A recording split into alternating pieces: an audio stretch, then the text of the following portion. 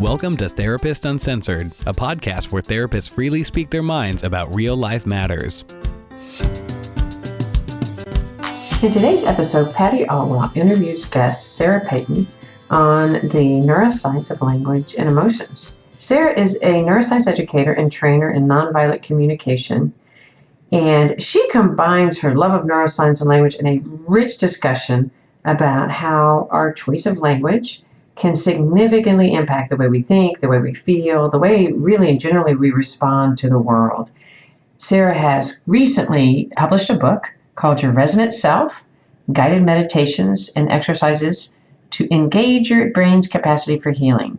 This conversation, I think, will really resonate with most of our listeners out there who are incredibly interested in the way we hold our own capacity to heal ourselves and to connect to others.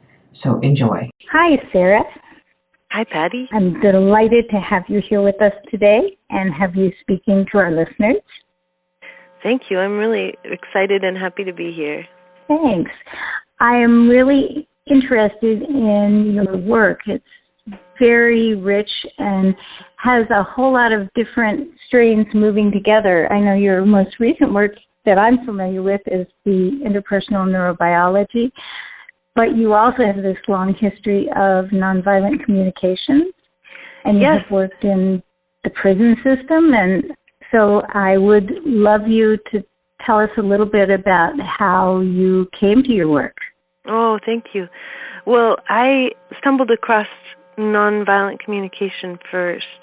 I used to be a used and rare book dealer, and I would drive all over the Pacific Northwest, and I would get audio recordings from the library.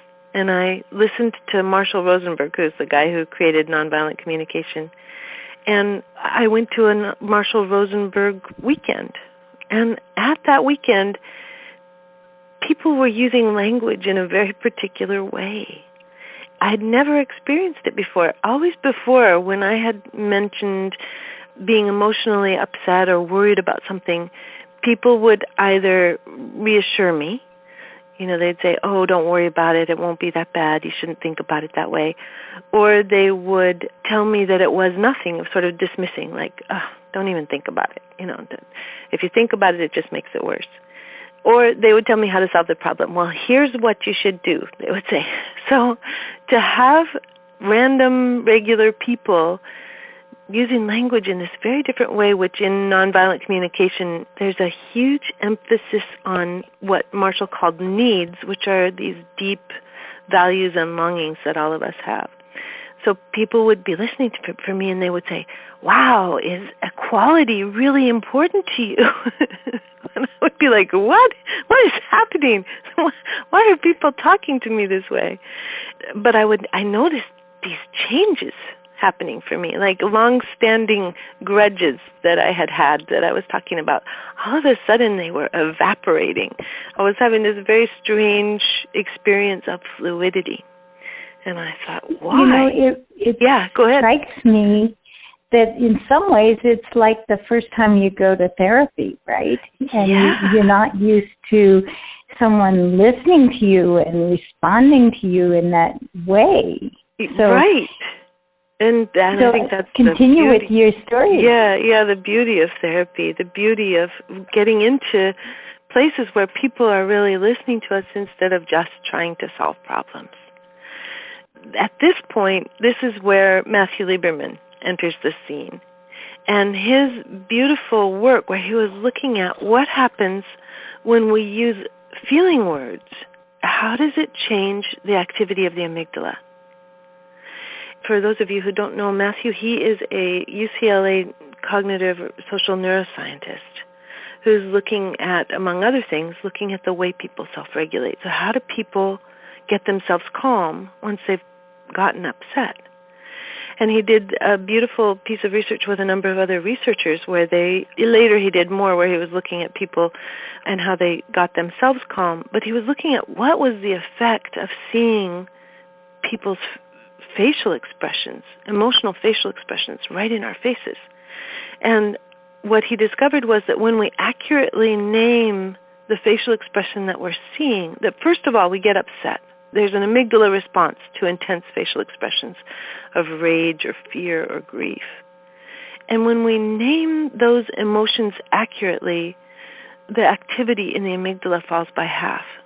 So I was like, here, here is the beginning of a place for me to understand why people using language differently put me into a space of fluidity instead of static holding of my stories.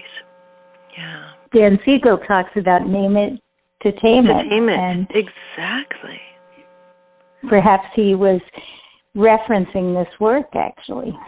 He may very well have been, since I think they work there in the same institution, possibly. And so I think my whole exploration since that time has been essentially, why does naming it to tame it work?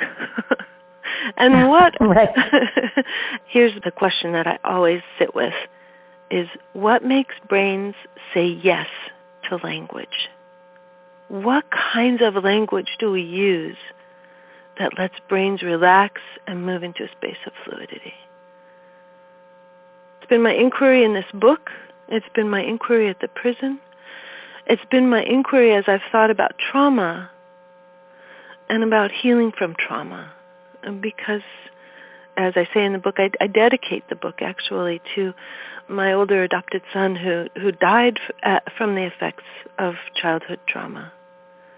So obvious to see the trauma that he experienced when he was a little guy, just kind of eating him alive in his late 20s and 30s. It took him about 5 years to after a very big revelation of early childhood trauma, he just never came back from that revelation. So my question is, how are brains impacted by trauma, and how do they heal from trauma? Because I kind of see language as the neurotransmitters of human-ness. Like inside of a brain, we use little neurotransmitter packets, to communicate from neuron to neuron. But outside of brains, we're separate. But somehow our brains move into synchrony with one another. And a part of that is both the nonverbal and the verbal communication between people. And I love what you're saying, and I am so sad that is the impetus for your work. Oh, thank you. But it is sometimes those kinds of pain move us forward in ways we don't expect. Yes. As I didn't even realize it during that, because it's the 5 years that it took him to sort of deliberately drink himself to death. I was working so hard in the world, traveling all over the world and speaking about this and doing workshops and writing, and I realized when he died, I was like, oh my God, I was trying to save him. And so I kind of, it was a little bit of a revelation for me. And once he was gone, I was like, okay, well, I kind of have to regroup and figure out how to do this for myself and how to find the meaning in there's deep meaning, of course, in doing it with others, and just to, tap into that meaning rather than or how to what save had really yourself, been my fuel. Yeah, exactly. So when did the focus on the communication move more into the focus on the brain? I think it was really that the experience of having things shift was a particular kind of language. And then I am a very curious person, so I love to know why. So that it was almost an immediate, kind of interweaving and interconnection. And luckily for me, my wonderings and my curiosity arose just as the work from the Decade of the Brain was really starting to be widely published and disseminated, just as Daniel Siegel's, The Developing Mind was coming out, and his work, the beautiful CD set, The Neurobiology of We. Oh, I love that. Yeah, really. So beautiful. I would drive and I would just replay, I wouldn't understand it, and I would go back and replay it again and again, trying to integrate it. Yeah. I think Dan Siegel has a lot of children in the therapy world. I always feel like, his work was so important. to a lot of us. Mm-hmm. And is so important, his continuing work. Yeah, it continues to be such an inspiration. Yes. I've traveled across the world to hear him speak about different things that I was interested in that he wasn't necessarily speaking about in the U.S. One time I went to Copenhagen to hear him speak. Wow, that's wonderful. Yeah. This has really been kind of the bubbling matrix of my wondering is how are we moved and changed by the words we use with one another? And and in a way, you know, I was thinking before we got on the call today, I was thinking about how therapists are really poets of the soul. That there's something in particular about the way that words are, of course, also the nonverbals, but the words and the nonverbal connection and communication between client and therapist. It's interesting you say that because I had an experience with you as our emails went back and forth that it felt really connecting and more connected. And normally, to me, emails are a work, tool. And it's like I am pretty precise and back and forth. But it felt, and I don't know whether it was you or me or having known your work a little bit, that, we were responding a little differently, even though when I go back and read the words, I can't quite explain it. But it did feel like heightened connection every time we went back and forth. Wow, that's fun. Does that surprise you? It's not exactly so much surprising as a little magical. Like how, almost like that there are nonverbals with email as well somehow. In the, probably, I often think about Dan Siegel's talking about contingent communication, about how do our words catch and reflect that we actually heard the other person. And I think there's some quality of that comes through very subtly in written communication often, especially, just kind of going through the whatever we need to do in order to be able to get connected enough to meet in person on the phone, or, it's like we may be doing very simple things with our language, and yet responsiveness, presence, warmth, and contingency are all, I think, a part of what feed and nourish human brains.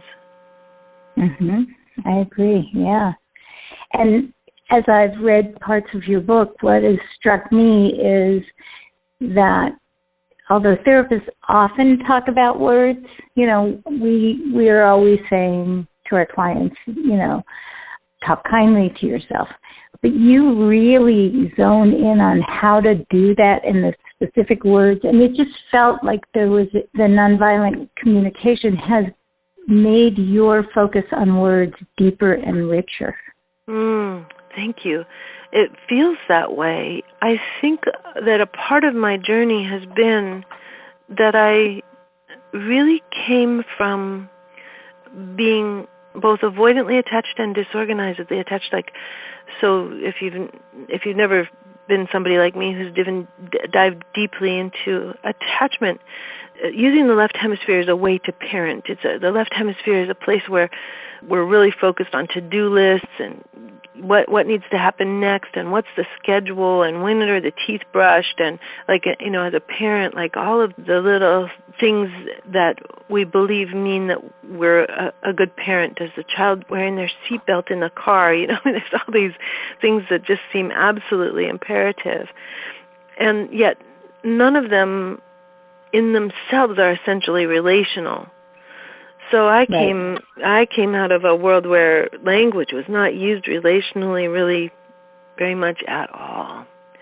And so my relationship with my kids was really fraught with conflict. I was trying to figure out how to shift that. My study of how I was using words with my children really started to reveal to me the kind of breaks and chasms between getting the business of life done and having relational connection. It's almost like the study of nonviolent communication allowed me to gradually open into relationality. And, of course, that's essential for therapy, right? So parenting, therapy, having a relationship with a partner. Right. Everything. For living a full life. Having a full life. How do we get ourselves out of that cabinet of the left hemisphere that's got no relationality in it? Yeah. So I've been... It's so stirring, the longing that really sent you out on this quest, you know? Yes. Yeah. And then gradually to notice. So you're talking about like an intentional use of language that allows us, to move into relational space. We're both talking about that. But I also became very interested in what kind of language do we use with ourselves. And this now takes us into another field of research that Matthew Lieberman has been involved in, which is the default mode network. So what is the voice of our brain when we're not giving it anything to do?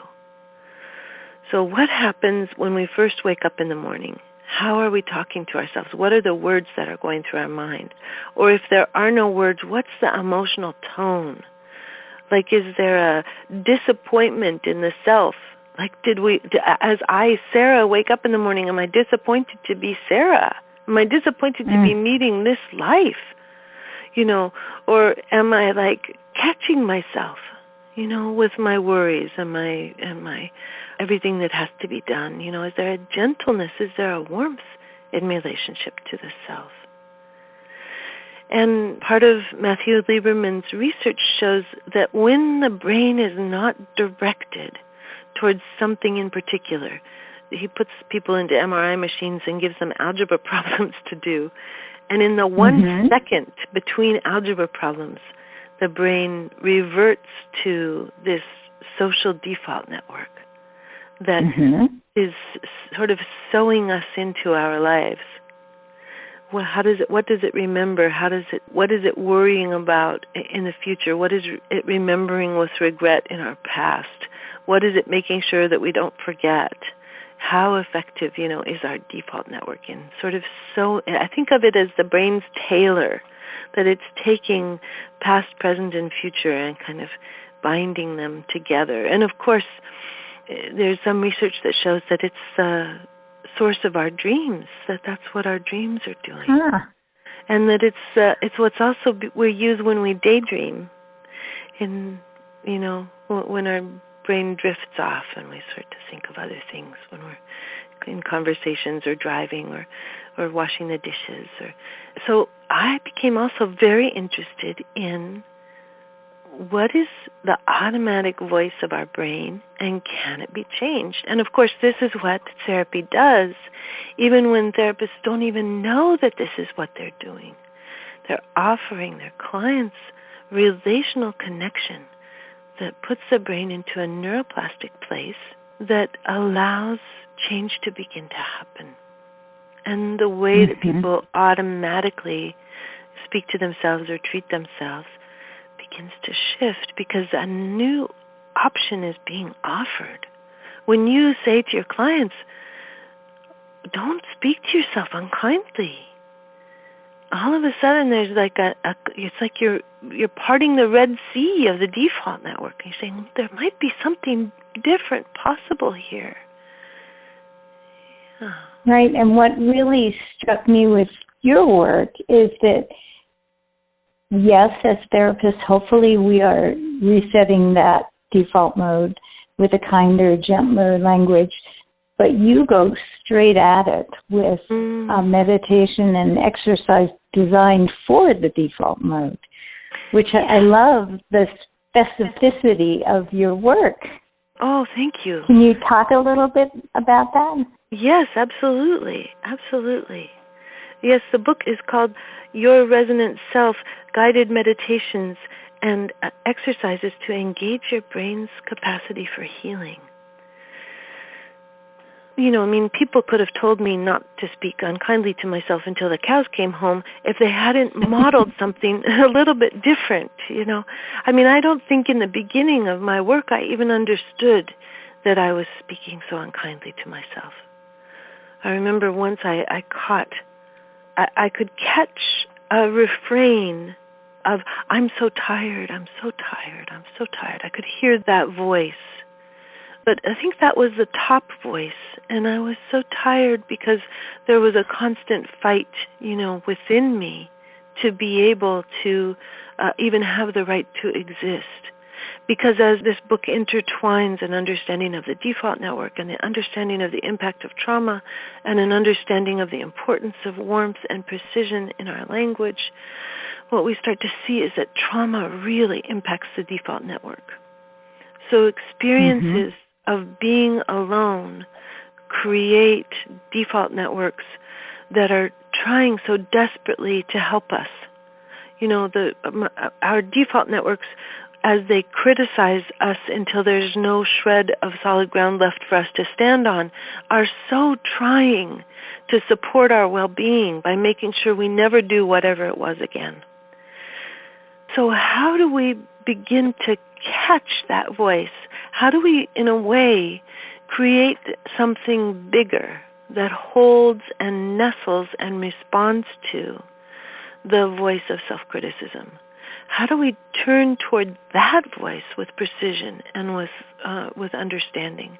It's a very surprising thing to begin to speak to the critical self-witness, to speak aloud and say, oh, Sarah's critical voice, are you just really worried that Sarah's not going to be viable in this world? Are you wanting survival and even success? There's this funny little silence in the brain when you turn in that way towards that place.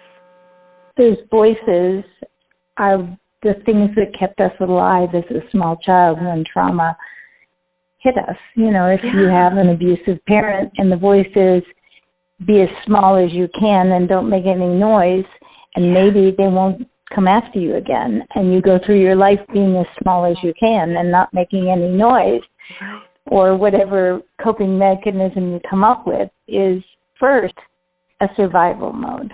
Yeah. How do we then turn to that little one, within us and go, of course you're quiet all the time. Of course you get really scared when you find that you've broken your own rule and spoken out.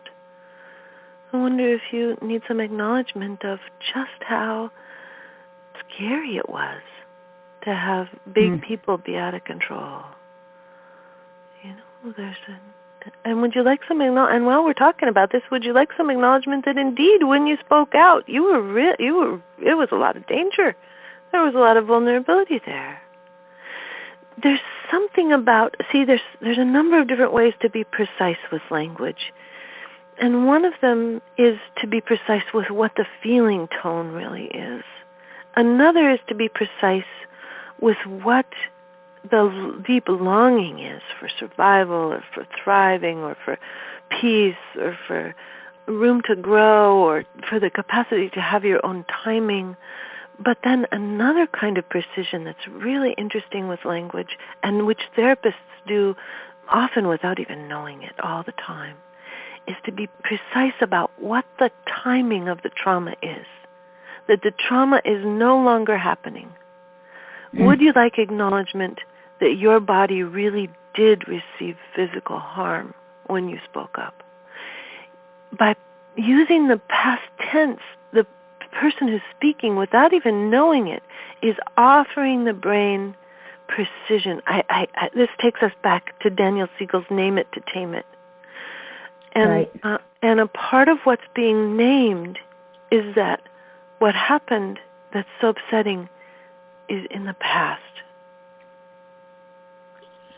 And that the body and the person have very good reasons for predicting such things in the future, but that what really happened really did happen, and it really happened in the past.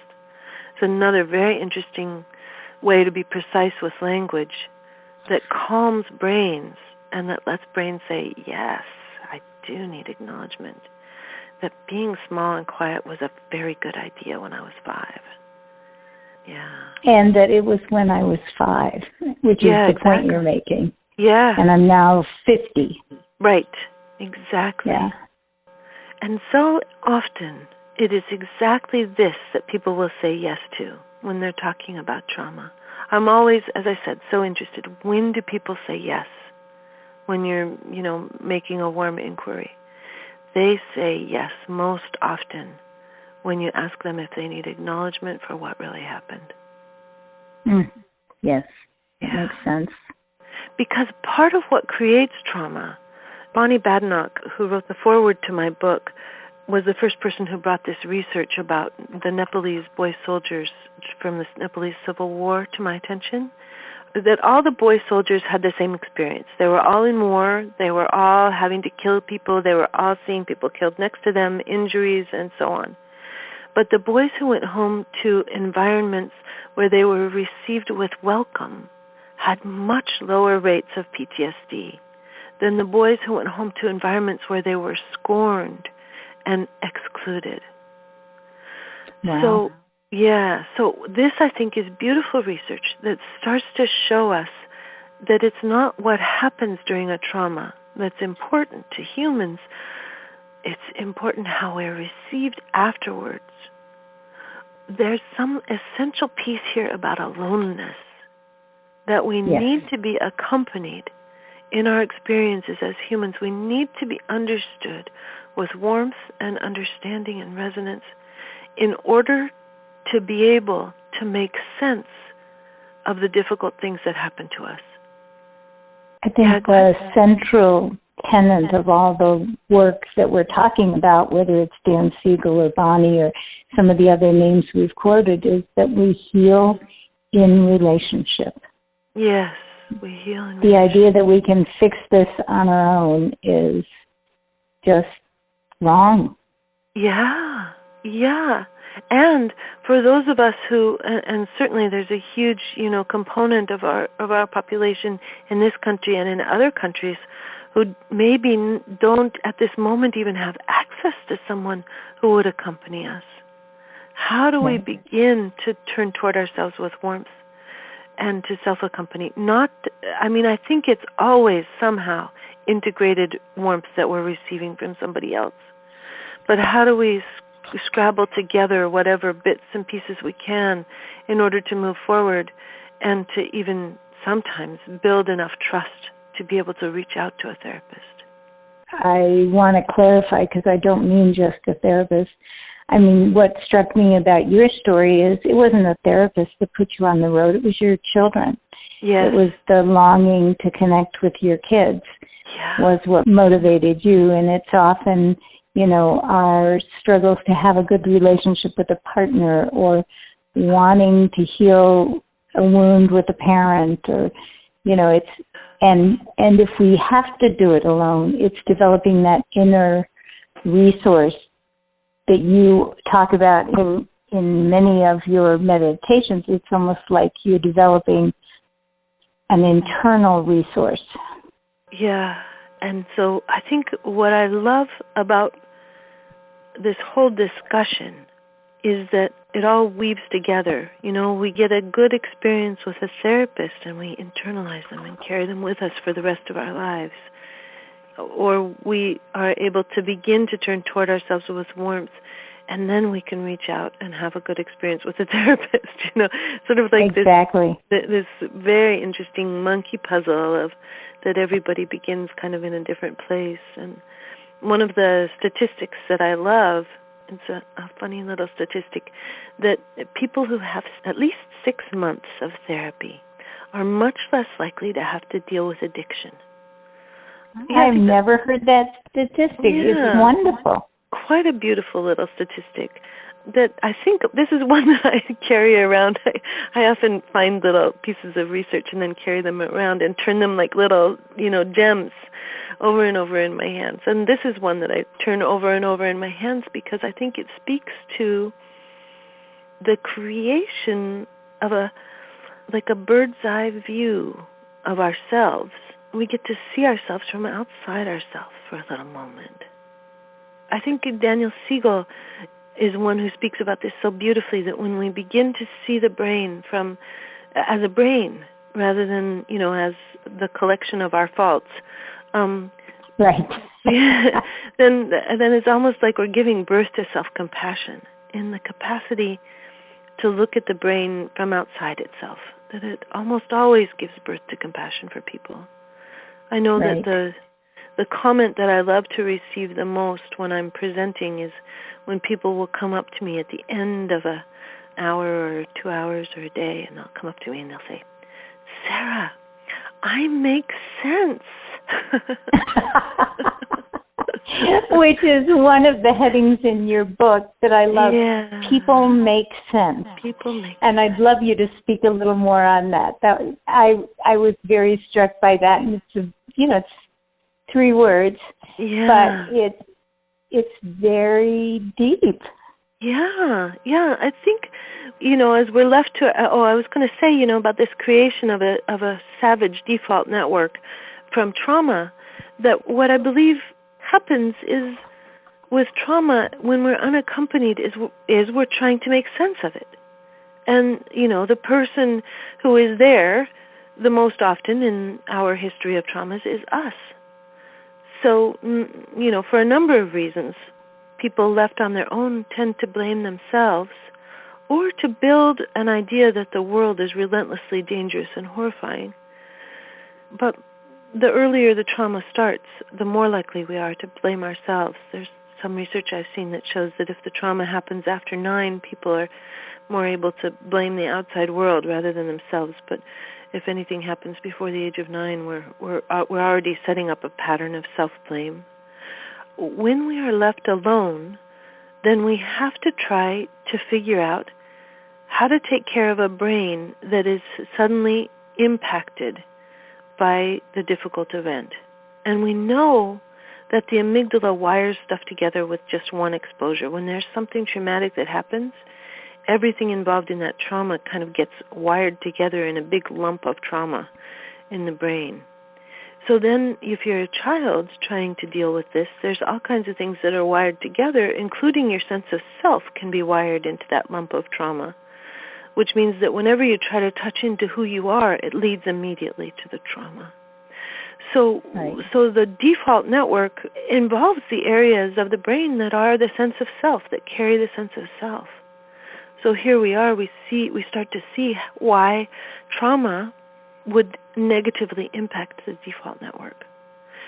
So here's just, one example of starting to understand that events that have been difficult, where we have not been met with warmth and resonance afterwards, where maybe nobody else even knows about them, create an experience of having any entry into consideration of the self be connected with horror and dismay and shame and rage and fear. And then that in itself is unmanageable. So we kind of try to stay out of the right hemisphere. After having had the sense of self wired into the trauma, we'll do anything we can not to go into that traumatized right hemisphere, because it's, rife with pain.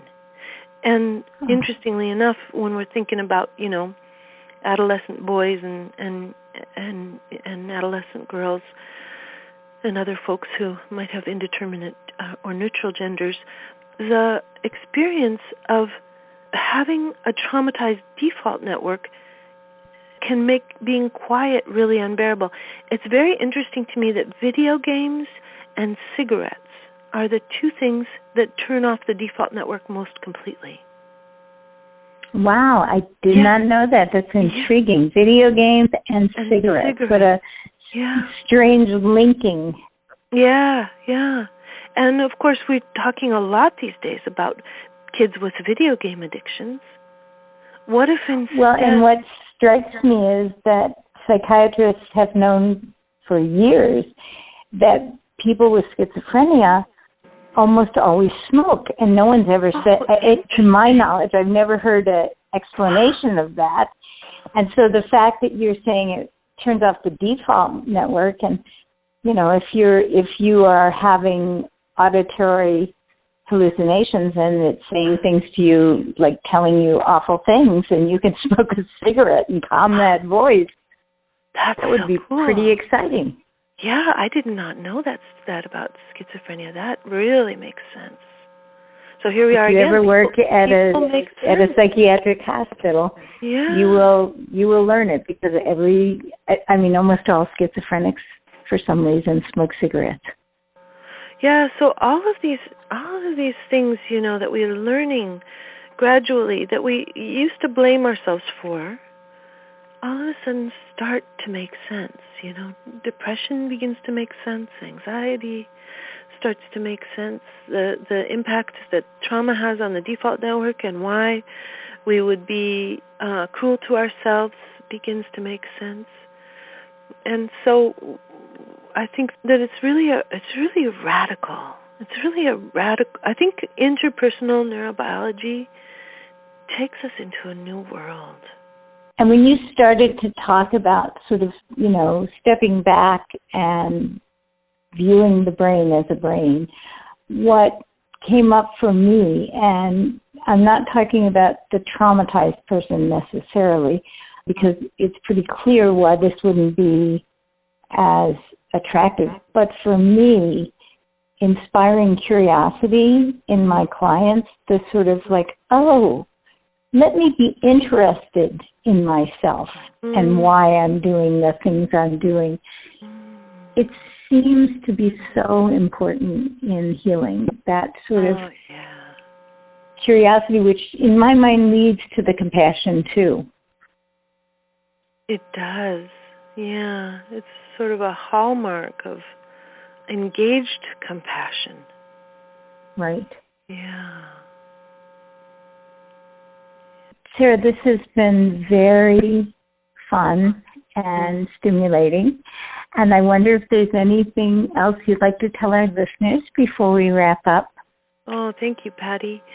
I think just to say that, as I said, that therapists already are, in a way, the poets of the human soul, and to hold the language part of the relationship with the conscious precision that's possible really, I think, begins to awaken a new excitement and a different kind of excitement about almost the revelations that come with every sentence of expression and dialogue. Yeah. Well, and as you're saying that, I'm thinking it's not an accident that your career before was in books, and it made me really curious if that had been a way not to be alone when you were younger. Like, true. Did you live your life in books, Oh, that brings tears to my eyes. Yes, I did. I absolutely did. Yeah. So the words have been healing for you, and you found a way to extend that to all of us. So listeners, please, if you have more questions or want to find the link to Sarah's book, come to our show notes and come back and learn more on Therapist Uncensored. Therapist Uncensored is Ann Kelly, Patty Olwell, and Sue Marriott. This podcast is edited by Jack Anderson.